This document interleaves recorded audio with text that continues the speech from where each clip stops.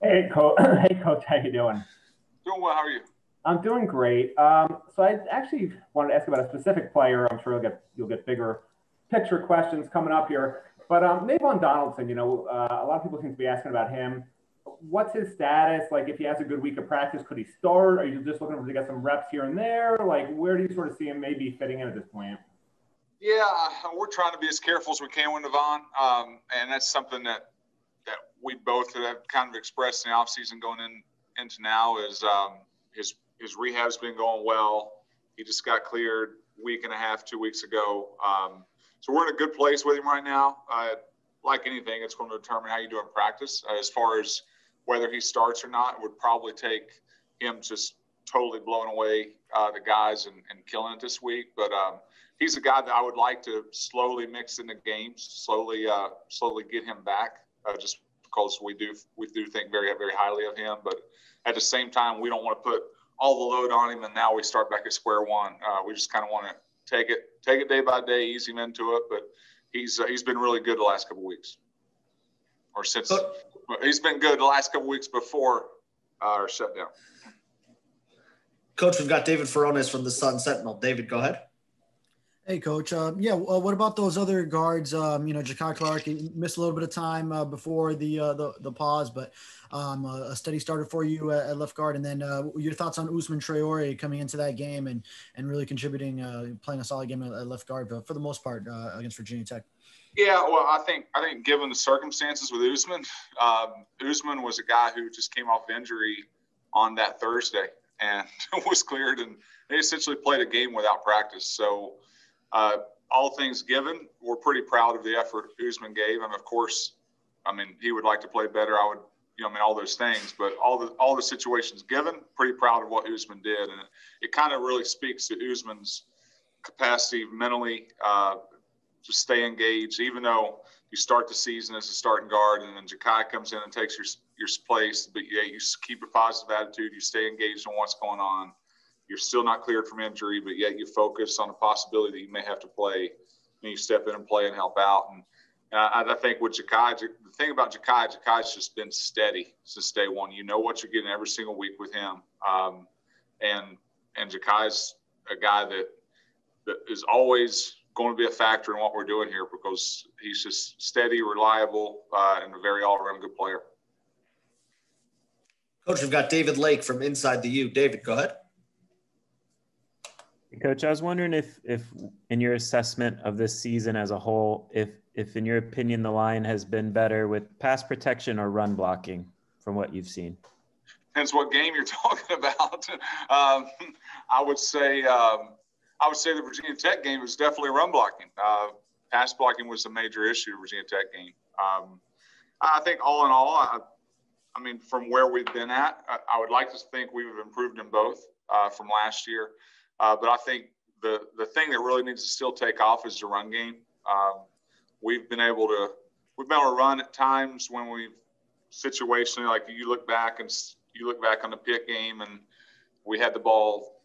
I think all but 3 minutes of the fourth quarter in the Pitt game, we're able to run the football and keep it out of Pitt's hands and do some things like that.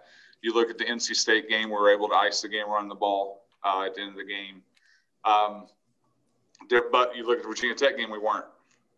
So there have been times where we've been good here or there. We've shown flashes, but we're not as consistent as we need to be in either phase. In your experience, is it unusual to have a line that might be slightly more consistent with pass pro compared to run blocking? It just seems like, an amateur to me, it seems like run blocking would be more suitable to an offensive lineman.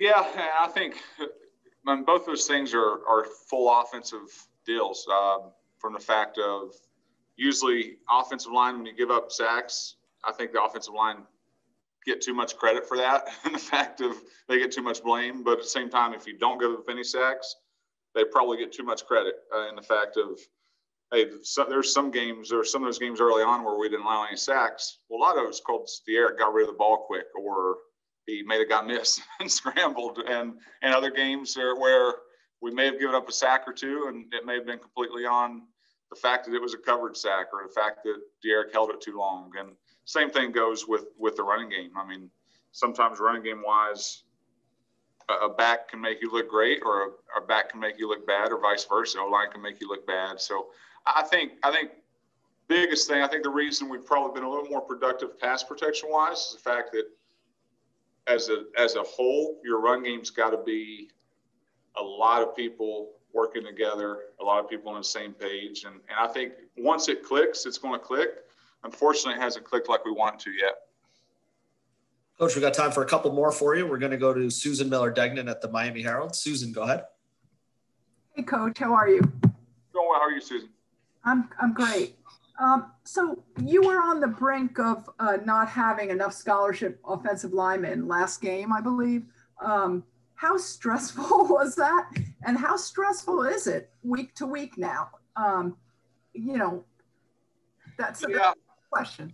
Yeah. No, I think it's a very fair question. I think that's spending time in Division II allows you to be able to do that. I joked with Coach Diaz and Coach Lashley before the Virginia Tech game.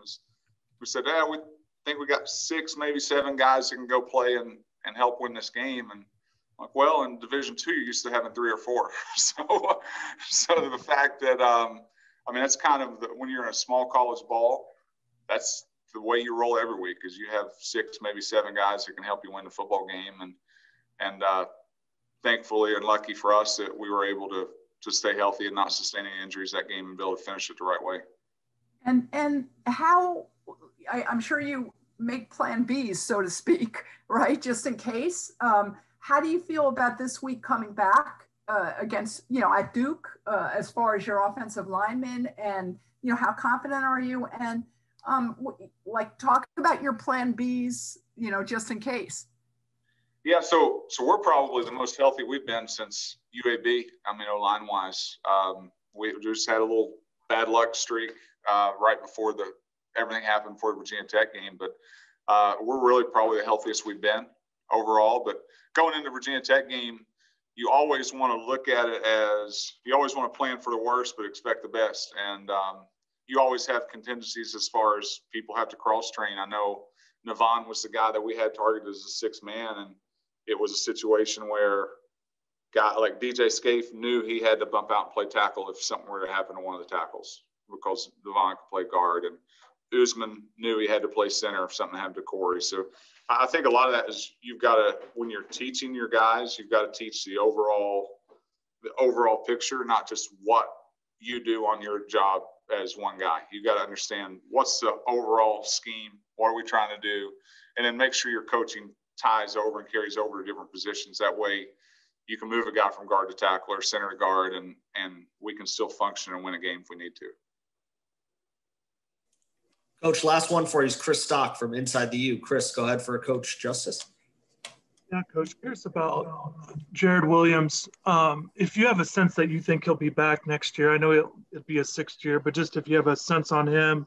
Also, transfer portal, is that something that you'll explore in the offseason? And then lastly, Isaiah Walker, just what was he able to kind of do this year?